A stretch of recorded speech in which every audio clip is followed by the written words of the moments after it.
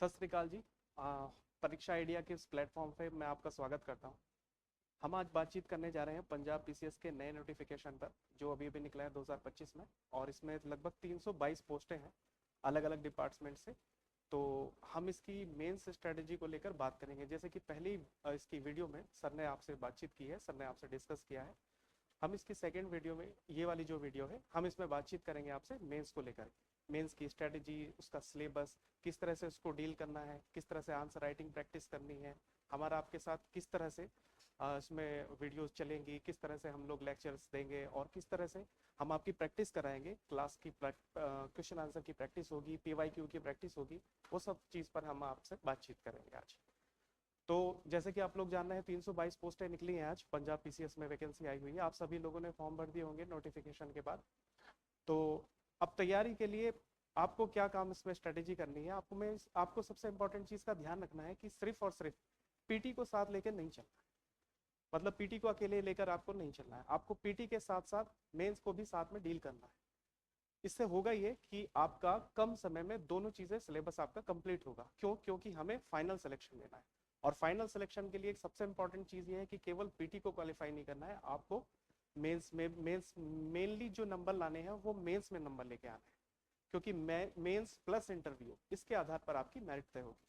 तो हम आपसे बातचीत करते हैं आज वन बाय वन, पेपर के अकॉर्डिंग, कि किस तरह से आपको उसका सिलेबस है, क्या पैटर्न है, और आपको किस तरह से उसको देखना है। हम देखते हैं। हाँ, जैसे कि आपके सामने स्क्रीन पर है, आप लोग देख पा रहे हैं, हम देख रहे हैं कि यहाँ पर 7 पेपर है। तो इन 7 पेपर में आपके आपके पास सबसे पहला पेपर है पंजाबी का। यहाँ पंजाबी में आपके सामने ये गुरुमुखी स्क्रिप्ट में पेपर है, कंपलसरी 10+2 स्टैंडर्ड, ये सब आपको मालूम है। एक 100 मार्क्स का ये एक पेपर है आपके सामने पंजाबी का। Then second paper English compulsory का आता है आपके पास। इसमें 10+2 स्टैंडर्ड की, और इसमें भी 10+2 स्टैंडर्ड के लेवल की जानकारी आपसे पूछी जाएगी। ऐसा आयोग बोलता है, ऐसा आयोगों का मानना है। लेकिन हम देखते हैं कि आप कोई भी एग्जामिनेशन, कोई भी, ये चाहे यूपीएससी के आप पेपर को देखें, वो भी लिखता है कि मैं विषय विशेष की जानकारी आपसे नहीं ले रहा हूँ। लेकिन फिर भी आप पेपर के स्टैंडर्ड को देखेंगे तो आप देखेंगे कि बहुत डीप क्वेश्चन पूछे जाते हैं। ठीक है, लेकिन उस चीज़ को लेकर आपको घबराना नहीं है। हम लोग आपकी अच्छे से तैयारी कराएंगे, एक अच्छा लेवल आपका बनाएंगे, ताकि आप आराम से क्रैक कर सकें। अब देखते हैं हम थर्ड पेपर। थर्ड पेपर है आपका एसए का। देन फोर्थ पेपर है आपका जनरल स्टडीज का। यहाँ पहला पेपर शुरू होता है, और जनरल स्टडीज का पहले पेपर में वो आपसे सेगमेंट पूछेगा, हिस्ट्री, ज्योग्राफी और society. History, geography, society, 3 section उसने पूछे हुए हैं आपसे। देन आपसे वो फिफ्थ पेपर में पूछ रहा है जनरल स्टडीज के सेकंड पेपर को, और यहाँ पर उसने पूछा है आपसे Indian constitution, polity, governance and international relation. इस पर वो आपसे क्वेश्चन पूछेगा। छठा पेपर है जनरल स्टडीज का तीसरा पेपर, जहाँ पे वो आपसे इकोनॉमिक, स्टैटिस्टिक्स और सिक्योरिटी इश्यूज पर क्वेश्चन वो आपसे पूछेगा। सेवेंथ पेपर है जनरल स्टडीज का पेपर 4, और यहाँ पर वो आपसे साइंस टैग के अलावा environment, problem solving and decision making पर बातचीत करेंगे। इस पूरे टोटल को अगर हम देखते हैं, तो एक पंजाबी जो अपना लैंग्वेज का पेपर है, कंपलसरी जो पेपर है, वो 100 मार्क्स का है। इंग्लिश कंपलसरी का जो है 100 मार्क्स का है। एसए का जो है वो 150 मार्क्स का है। उसके अलावा बाकी के आपके जो पेपर में 250 मार्क्स के। तो पेपर में हमें क्या काम करना है, हमें ये चीज़ का भी ध्यान रखना है कि वो कौन से विषय हैं जहां हम कम टाइम देके ज़्यादा स्कोर कर सकते हैं। पेपर पर सभी पे वेटेज, सभी पर ध्यान ज़्यादा देना है। बट हम देखते ये हैं कि जीएस के जो 4 पेपर हैं उनके सिलेबस बहुत ज़्यादा वास्ट है as compare to first and second paper. Third paper के तो सिलेबस की बात ये है कि थर्ड पेपर का सिलेबस जैसा कुछ नहीं होता। वहाँ अगर आपकी जीएस स्ट्रॉन्ग है, आप करंट से अपडेट है, अपने स्टेट को समझते हैं, तो हम आपकी प्रैक्टिस कराएंगे, आप लोग थर्ड पेपर को कर लेंगे। तो यहाँ सिलेबस जैसा इशू है नहीं। लेकिन आप देखेंगे कि first paper, GS, second, third और फोर्थ पेपर, इन चारों पेपरों के जो आप देखेंगे सिलेबस बहुत ज़्यादा वास्ट है। हम क्या काम करेंगे कि थोड़ा थोड़ा समय इनको देते चलेंगे एक रेगुलर वे में, ताकि हमारी स्कोरिंग भी अच्छी चलती रहे और हमें पता भी ना चले और हमारे ये दोनों पेपर कंप्लीट। जीएस के पेपरों को लेके हम आपसे टैकल करेंगे, बातचीत करेंगे वन बाय वन। उस पर जरा आप थोड़ा सा ध्यान दीजिए। देखिए, जनरल स्टडीज का जो फर्स्ट पेपर है, वहां उसने लिख दिया है कि मैं हिस्ट्री है, हिस्ट्री पूछूंगा आपसे, ज्योग्राफी और सोसाइटी, यहाँ 3 सेक्शन पूछूंगा। लेकिन आयोग करता क्या है कि जब आप इसका मेंस का सिलेबस पूरा फुल डिटेल में देखेंगे, हिस्ट्री वाले सेक्शन को भी आप देखेंगे, तो वो क्या लिख देगा कि भाई एंशियंट टाइम पीरियड से मॉडर्न टाइम पीरियड तक मैं क्वेश्चन पूछूं। ठीक, स्वतंत्रता आंदोलन पूछ दूंगा, या इस तरह से वो कुछ भी अपनी बातों को वो मेंशन करता है, लेकिन आप देखेंगे कि क्लियर कट कुछ मेंशन नहीं हो पाता। तो क्लियर कट मेंशन ना हो पाने की वजह से हमें ये आइडिया नहीं हो पाता कि हमें पेपर को कितना डीपली पढ़ना है, वो कौन से सेक्शन है जो हमें छोड़ने हैं, स्किप करने हैं, या कम वेटेज रखने हैं, या कम ध्यान देना है। ये ही सबसे इंपॉर्टेंट चीज हमें यहाँ पर ध्यान देनी है, सोचनी है। मैं आपको पिछले साल का एक क्वेश्चन है उस पर अभी थोड़ी देर में मैं आपसे डिस्कस करूंगा, और डिस्कस करके मैं आपको बताऊंगा कि देखिए आयोग ने जो, हम तो सोचते हैं कि नोटिफिकेशन में हिस्ट्री को उसने वेल डिफाइन कर रखा होगा मेंस में, हम लोग ऐसा सोचते हैं, पर नहीं। जब हम सिलेबस को देखेंगे वो सीधा सिंपल कट लिखता है कि एंशियंट टाइम पीरियड से मॉडर्न टाइम पीरियड तक। आप बताओ, लेकिन जब पेपर आएगा, क्वेश्चन आएगा, तो वो बहुत डीप, बहुत एनालिटिकल, कई जगह से लिंक करा के इस तरह के क्वेश्चन वो आपसे पूछे। बस हमें इस चीज का ध्यान रखना है कि हम पिछले साल के पेपरों को, पीवाईक्यू के ट्रेंड को पकड़ते हुए, कि हमें कितना डीप जाना है, किस हिसाब से हमें तैयारी करनी है, उससे हमें आइडिया लगेगा। तो हम आपके लिए क्या काम कर रहे हैं इसमें, हम जीएस के जो 4 पेपर हैं, ये आपके पेपर 1, 2, 3, 4, इन चारों पेपरों के लिए हम आपके लिए 4 पेपरों की 8 बुकलेट्स आपके लिए हम लोग बनाएंगे। वो 8 जो बुकलेट्स होंगी, एक पेपर की 2 बुकलेट्स, यानी कि हम आपके लिए क्या काम करेंगे कि जीएस को, पूरी की पूरी जीएस को, 1, 2, 3, 4 पेपर को, इन चारों पेपरों को हम आपके लिए क्या काम करेंगे, 8 बुकलेट्स में पूरा कवर करेंगे, जिसमें आपका पूरा नोट्स होगा, पूरी स्ट्रेटेजी होगी। ये तो हुआ आपके नोट्स के लेवल का कि आपको कितना डीप जाना है, कितना नहीं, वो आपको हमारे अकॉर्डिंग चलना है। सेकंड चीज क्या होगी, हम आपके लिए पीवाईक्यू बनाएंगे मेंस का। पीटी का तो बनाएंगे, उसके लिए हम आपके लिए एक बुकलेट फॉर्म भी बना देंगे पीवाईक्यू मेंस। उससे आपको फायदा क्या होगा कि जब आप पीवाईक्यू को सॉल्व करेंगे तो आपको आइडिया हो जाने लगेगा कि हाँ, इस तरह से पेपर आ रहा है, ये ट्रेंड चल रहा है, हमें बस थोड़ा सा आयोग से हल्का सा इतना ऊपर रहना है। एक बात हमेशा हमें ध्यान रखनी चाहिए कि लास्ट ईयर पीवाईक्यू, जो भी पीवाईक्यूज होते हैं, हमेशा उनसे अपने आप को 1-2 डिग्री ऊपर रखा कीजिए। अगर आप उनसे थोड़ा सा ऊपर चलेंगे स्टैंडर्ड अपना मेंटेन करते हुए, तो आप आयोग कितना ही टफ पेपर बनाए या कैसा ही बनाए, कम से कम आप निकलने की स्थिति में रहेंगे, आप एग्जाम को क्रैक करने की स्थिति में रहेंगे। अब आप देखिए कि जैसे आप देख रहे हैं पेपर 6 में खास बात ध्यान से देखिए कि इसमें इकोनॉमी के साथ साथ स्टैटिस्टिक्स का पोर्शन है और सिक्योरिटी इश्यूज। इकोनॉमी का जो सिलेबस है वो थोड़ा सा बड़ा सिलेबस है, सिक्योरिटी का जो सिलेबस है वो छोटा सिलेबस है, और स्टैटिस्टिक्स का सिलेबस कुछ इस तरह का है कि यहाँ आप मैक्सिमम स्कोर कर सकते हैं, जितने का वो आपसे पूछ रहा है आप उतना पूरे में पूरे स्कोर कर सकते हैं। तो कुछ ऐसी चीजों पे आप लोगों को हमेशा ध्यान देना चाहिए। जैसे ऐसे में लोग सोचते हैं कि मैं जनरल ऐसे लिख दूं, तो नहीं, यहाँ पर सबसे ज्यादा वेरी करता है। कुछ लोगों के यहाँ आपको 60% नंबर देखने को मिलेंगे, कुछ लोग यहाँ 75% तक भी नंबर ले आते हैं। 50 to 70% का यहाँ पे हमेशा स्ट्रेच दिखाई देता है। ऐसे में सबसे ज्यादा गैप आपको देखने को मिलेगा। उसका रीजन क्या है, उसका रीजन ये है कि उन्होंने सिर्फ ऐसे को एक जनरलाइज ऐसे लिख दिया। हम यही चीज आपको बताएंगे कि आपको कैसा एक बढ़िया ऐसे किस तरह से आपको लिखना है कि आप बहुत अच्छा आप एक स्कोर कर सको। एक चीज पर हम और गौर करते हैं कि जो 7th पेपर है, 7th पेपर में साइंस टैग के अलावा environment, problem solving and decision making, her paper में कुछ ऐसे सेक्शन जरूर है जो हमारे बहुत कम टाइम की मेहनत पे बहुत अच्छा स्कोर हमारा उठा सकते हैं। जैसे 7th पेपर में हम देखते हैं problem solving and decision making, ये वो पोर्शन है, यहाँ आप थोड़ा सा काम कीजिए, थोड़ी सी प्रैक्टिस हमारे साथ कीजिए, और आपका देखिए इसको इसमें बूम करता है। दूसरा 6 पेपर में हम देख रहे हैं कि स्टैटिस्टिक्स वाला पोर्शन, यहाँ आप स्कोर उठा सकते हैं। आप इस वाले पेपर को देखेंगे अगर 5th पेपर को, जहाँ पे Indian constitution, governance and international relations, ये पोर्शन जो है नॉर्मली लोगों का बहुत पसंदीदा जो ये पेपर है। क्यों? क्योंकि इसमें कॉन्स्टिट्यूशन पूछा जाता है, लेकिन एक पोर्शन है इसमें आईआर। ये एक ऐसा पोर्शन है जहां सबसे ज्यादा आपको करंट से आपको बिल्कुल अपडेटेड होना बिल्कुल मांगता है।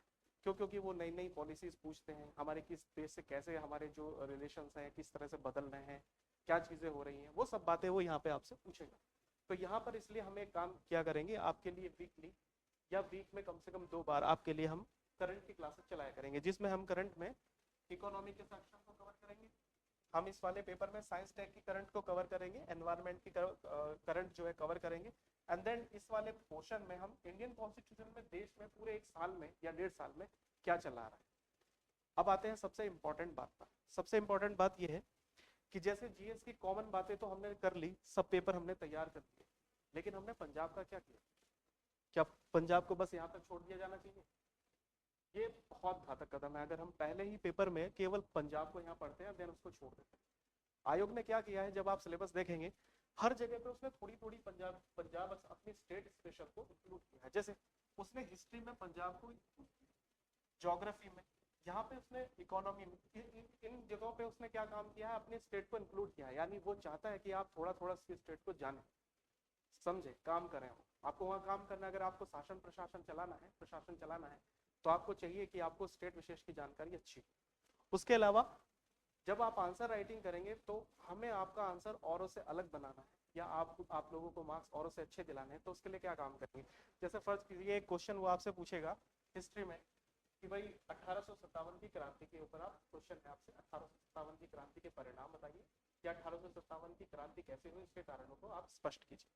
ठीक है, आपका सवाल आया, आपने क्वेश्चन लिखा, उसका आंसर आपने लिखा इंडिया लेवल पर कि इस तरह से ये कारण थे, धार्मिक कारण, सामाजिक कारण, आर्थिक कारण, और आपने अपना आंसर क्लोज किया। वही एक स्टूडेंट है, एक एस्पेरेंट है जो अपना आंसर में क्या करता है, एक छोटा सा नवाचार करता है, छोटा सा इनोवेशन करता है, और वो क्या काम करता है, अपनी हिस्ट्री में थोड़ा सा पोर्शन वो 2 या 4 लाइन का लास्ट में अपना पंजाब स्पेशल का भी ऐड कर देता है। वो बोल देता है कि भाई देखिए हमारे पंजाब में भी ये काम 1857 या ये योगदान। मैं केवल एक पोर्शन की बात नहीं कर रहा, आपसे लगभग ये सभी सेक्शन की बात कर रहा हूँ। जीएस के जितने भी पेपर हैं, आपको कुछ चीजें हम लोग ऐसी ऐसी एक्स्ट्रा बताएंगे, आपसे वो कराएंगे जो आपके मार्क्स को औरों से अलग लेके चले। ठीक, हमें इस चीज पर जरूर ध्यान देना है। एक बात और,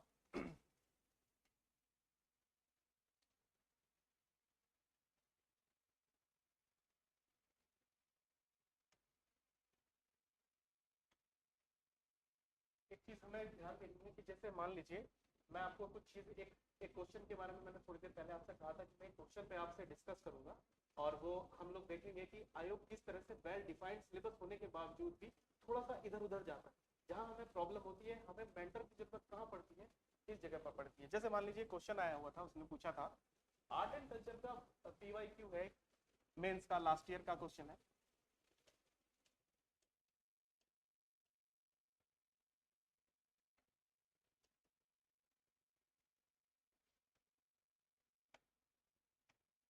तो देखिए जैसे उसने एक क्वेश्चन लास्ट ईयर पूछा था आपसे कि जो आपकी गांधार कला है,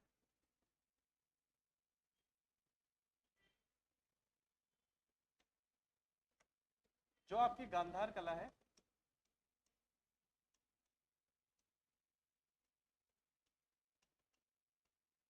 और जो आपकी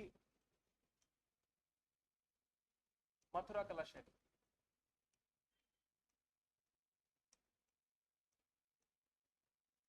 आप जानते हैं किस लिए, किस चीज के लिए है, ये है मूर्ति कला से।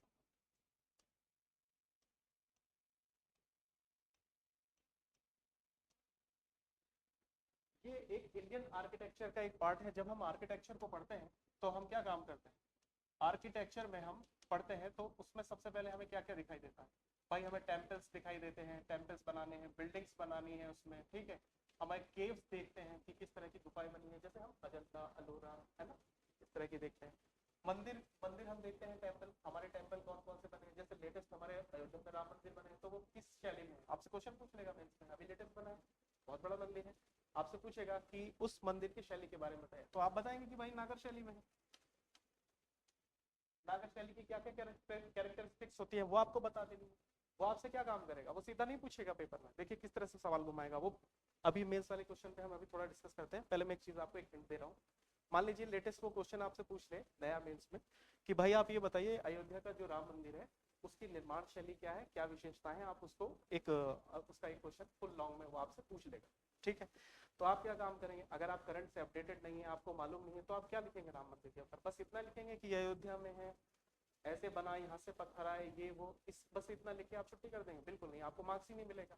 अगर आपको बेहतरीन नंबर आपको अगर लेके आने हैं तो आपको बताना पड़ेगा कि भाई जो हमारा राम मंदिर है अयोध्या में बना है वो नागर शैली में बना है, नागर शैली की ये कैरेक्टरिस्टिक्स होती हैं। जैसे क्या कैरेक्टरिस्टिक्स होती है, मैं एक दो बताऊं, तो वो एक बड़ी प्लेटफॉर्म पे चबूतरे पे बना करती है, ये एक प्लेटफॉर्म, ठीक है, यहाँ ये एक प्लेटफॉर्म है, इस प्लेटफॉर्म के ऊपर वो मंदिर बनते हैं, और इस तरह से वो शिखर बनाया जाता है, और ये देखिए इस तरह की एक शेप दी जाती है। इस प्लेटफॉर्म पे हम ये शाम का मंदिर में यहाँ यहाँ आने के लिए आपको उस तरह से फिर पोर्शन बने हुए होते हैं, ठीक है।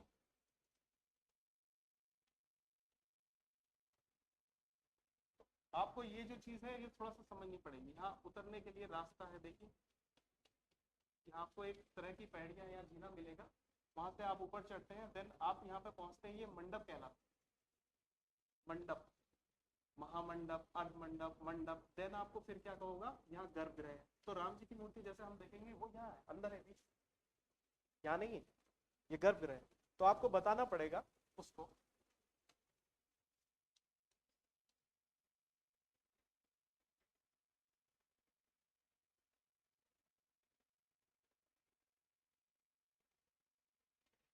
तो मैंने एक आइडिया आपको दिया, आपको बताना पड़ेगा पेपर में कि भाई इस तरह से चल रहा है, ये इसका प्रोसीजर है, इस तरह से हमें आंसर अपना लिखना है। तो उसने क्या किया, उसने कुछ नहीं किया, उसने करंट से आपको पकड़ा। आर्ट एंड कल्चर का ही क्वेश्चन है, देखिए आप उसे मना तो नहीं कर सकते कि भाई आयोग आपने कैसे पूछ दिया करंट से, तो नहीं लिखेंगे, ऐसा तो नहीं बोल सकते, आपको क्वेश्चन का आंसर देना पड़ेगा।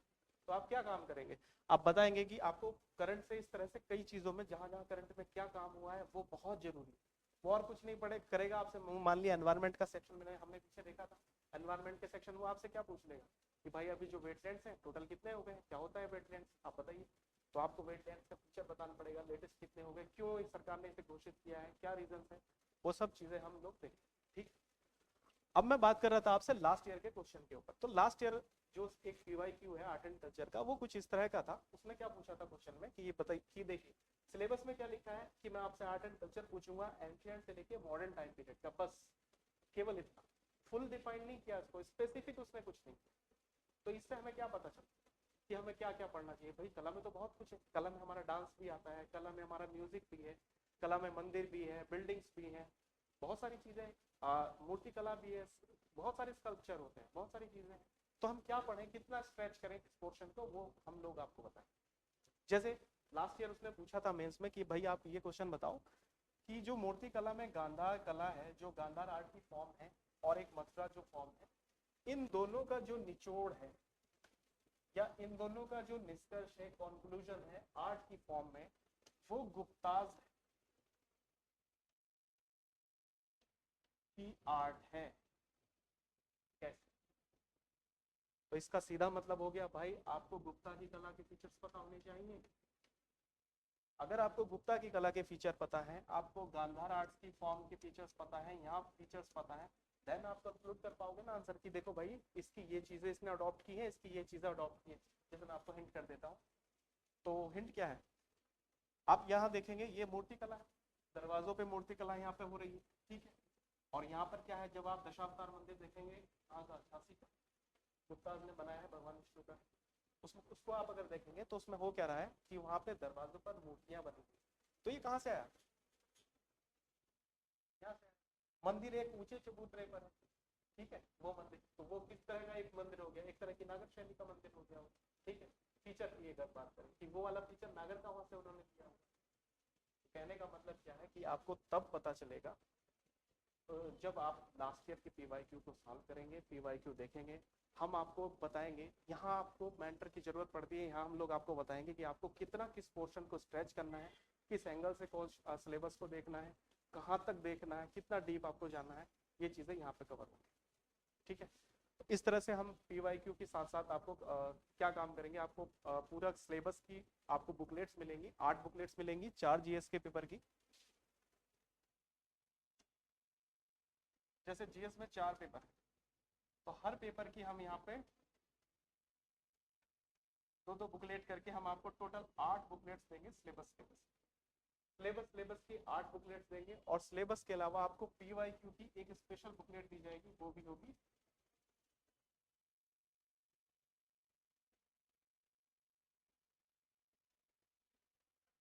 जो आपको एक बुकलेट दी जाएगी पीवाईक्यू की, वो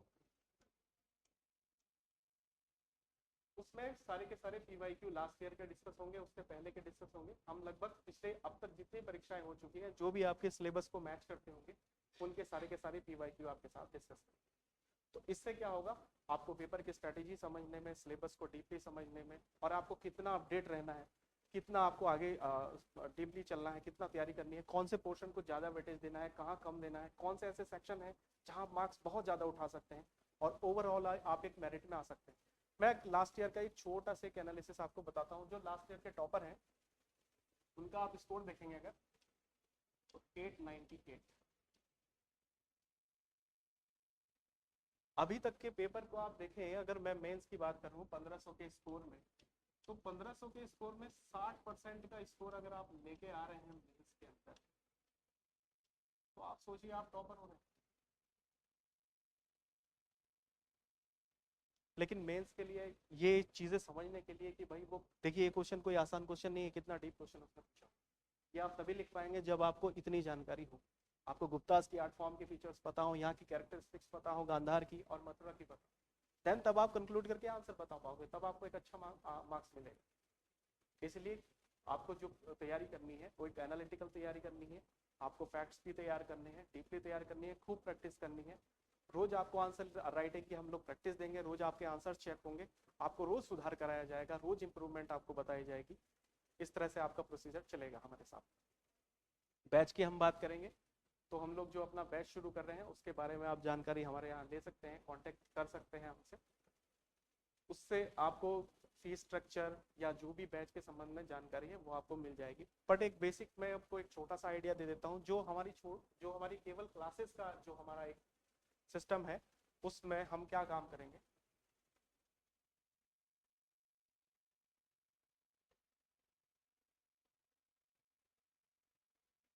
जैसे हमारी जो क्लासेस हैं हम उसमें आपके साथ उसके उसके उसमें क्या क्या चीज़ें आपको प्रोवाइड कराएंगे वो ये है। देखिए, आपकी क्लासेस हो गई,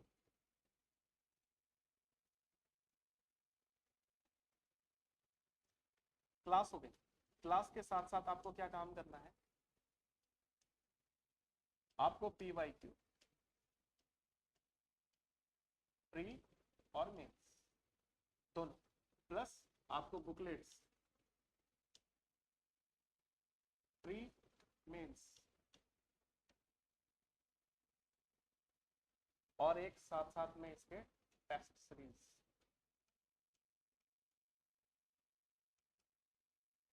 वो भी प्री और मेंस। इसके साथ साथ हम डेली कुछ चीजें आपको देंगे, जो डेली आंसर राइटिंग आपकी प्रैक्टिस होगी।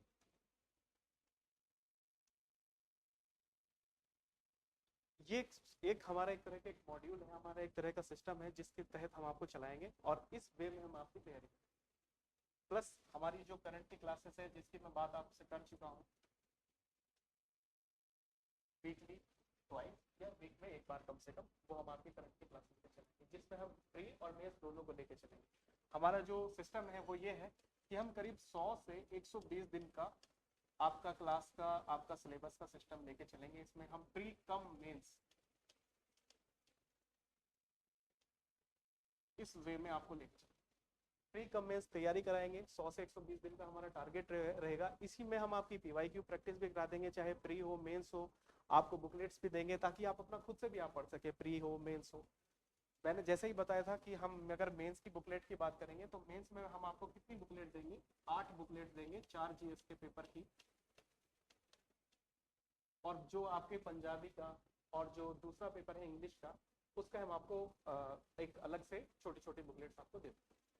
उसके अलावा हम ऐसे की क्योंकि कोई बुकलेट नहीं, ऐसे की हम आपसे केवल प्रैक्टिस कराएंगे, अच्छे से आपको कुछ आइडिया देंगे, कुछ कुछ चीज़ें नोट्स भी उपलब्ध करा देंगे मेंस के लिए, ताकि आपको एक डेटा मिल जाए, आप उसको ऐसे में इस्तेमाल कर सको।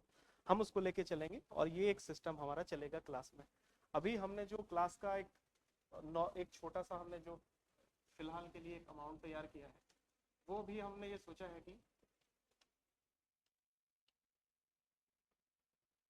अभी हम क्लासेस की बात करें तो क्लास के लिए हम 11,000 रुपये का हमने अभी सोचा है कि हम इसको रखेंगे और इस पर हम आपके एडमिशन्स लेंगे। बाकी आप जो भी मॉड्यूल के अकॉर्डिंग जानकारी है वो आप हमारे यहाँ ले लेंगे, हमारे प्लेटफॉर्म से बातचीत कर सकते हैं, कॉन्टेक्ट ले सकते हैं, वहाँ पर आप बातचीत करेंगे और हमारे सारी की सारी जानकारी आप वहाँ से ले लेंगे। तो आप लोग इसको, और एक चीज़ और भी है कि ये जो फीस होगी हमारी स्टार्ट के 25 लोगों के लिए है, ये वाली फीस। देन उसके बाद हम इसको बढ़ाएंगे और उसके बाद जो भी हमारी फीस होगी वो हम आपको बता देंगे। आप हमारा मॉड्यूल ले सकते हैं, ज्वाइन कर सकते हैं हम लोगों को। इस तरह से हम लोग आपकी तैयारी कराएंगे। देन लास्ट में हम आपका जो इंटरव्यू वाला सेक्शन है उसको हम देखेंगे। हमारी स्पेशल जो हमारी टीम है, गाइडेंस है, जो लोग सेलेक्टेड हैं या और भी लोग हैं हमारी टीम में, एक्सपर्ट्स लोग हैं, सीनियर्स लोग हैं जो इंटरव्यू लेते हुए आ रहे हैं, उनकी टीम के द्वारा आपका इंटरव्यू भी तैयार करें। तो आपका मेन फोकस ये होना चाहिए, सबसे पहले तो पीटी निकालिए। पीटी निकालने के लिए आपको बहुत ध्यान देना है, बहुत अच्छे से तैयारी करनी है, क्योंकि आप पीटी पास करेंगे देन आप मेंस में एंट्री और सिलेक्शन मेंस प्लस इंटरव्यू के मार्क्स। तो सबसे पहले आपका काम ये है कि आप पीटी निकालिए। पीटी निकालने के लिए जैसे कि सर ने आपको पहली वीडियो में बता दिया है, सीसेट क्वालिफाइंग है, आपको केवल प्री का केवल जीएस का स्कोर आपको ऐड होगा। मैं एक चीज उसमें छोटी सी बता देता हूँ। देखिए, मैं एक छोटी सी चीज आपको एक बता देता हूँ। लास्ट ईयर की आपने मेरिट देखी होगी पीटी की, 244 पॉइंट, 244.5, ये पीटी की थी। ये पीटी की मेरिट इतनी कैसे, ये इतनी ऐसे है क्योंकि वहाँ जीएस और सीसेट दोनों के मार्क्स इंक्लूड होते थे पहले, दोनों 200-200 मार्क्स के पेपर थे, उसमें से ही इतनी मेरिट। तो आप देखेंगे तो अप्रोक्सीमेटली 61-62% हो रहा है, कोई बहुत ज्यादा मेरिट नहीं। पेपर जीएस का स्टैंडर्ड बहुत अच्छा था, लेकिन क्या जीएस में लोग इतने मार्क्स उठा पाएंगे इतने हार्ड पेपर में? अच्छा पेपर था, अच्छे स्टैंडर्ड का पेपर था, ज्यादातर क्वेश्चन 3-3 फैक्ट्स में, तो उसमें आप देखेंगे कि सीसेट में लोगों ने ज्यादा उठाया होगा स्कोर इतना लगभग, और यहाँ पे वो लोग रहे होंगे सीसेट में इतना, और जो जीएस का पेपर रहा होगा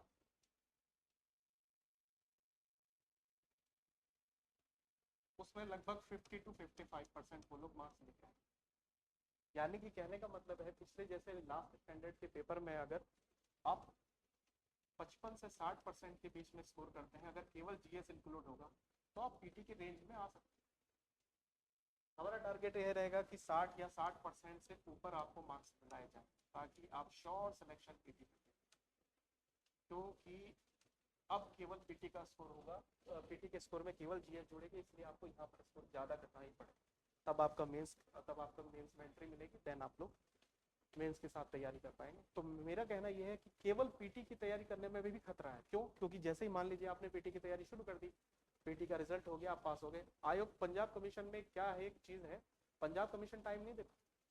पंजाब कमीशन का मेन से और लास्ट तक का जो प्रोसीजर बहुत फास्ट है, वो बहुत जल्दी आपको 1 महीने 1.5 महीने के अंदर एग्जाम ले लेगा आपका, तो फिर समस्या हो जाएगी, आप कैसे इतना बड़ा मेंस तैयार कर पाएंगे। इसलिए आपकी स्ट्रेटेजी प्री कम मेंस की ही होनी चाहिए, आपको साथ लेके ही चलते हैं। और उसके लिए आपको हमारे साथ साथ रोज answer writing practice, PYQ, booklets, बहुत सारी चीजें करनी पड़ेंगी, तब जाके आपका एक श्योर सिलेक्शन होगा, एक बेहतरीन आप पोस्ट हासिल कर पाएंगे। तो मैं अभी की वीडियो में बस इतना ही रखता हूँ। आप लोग अच्छे से तैयारी कीजिए, जुड़िए हमारे साथ और जल्दी से जल्दी अपना सिलेबस कंप्लीट कीजिए। 100 से 120 दिनों के अंदर हम पूरी उम्मीद करते हैं कि आप लोगों का सिलेक्शन हो। इस सिलेबस को अच्छे से आप तैयार करें, हम आपके साथ जुड़े रहेंगे जब तक कि आपकी परीक्षा नहीं हो जाती, आपका फाइनल आपकी जो इंटरव्यू कॉल है, इंटरव्यू कॉल के साथ साथ आपका इंटरव्यू भी नहीं हो जाता, तब तक आप हमारे साथ जुड़े हैं।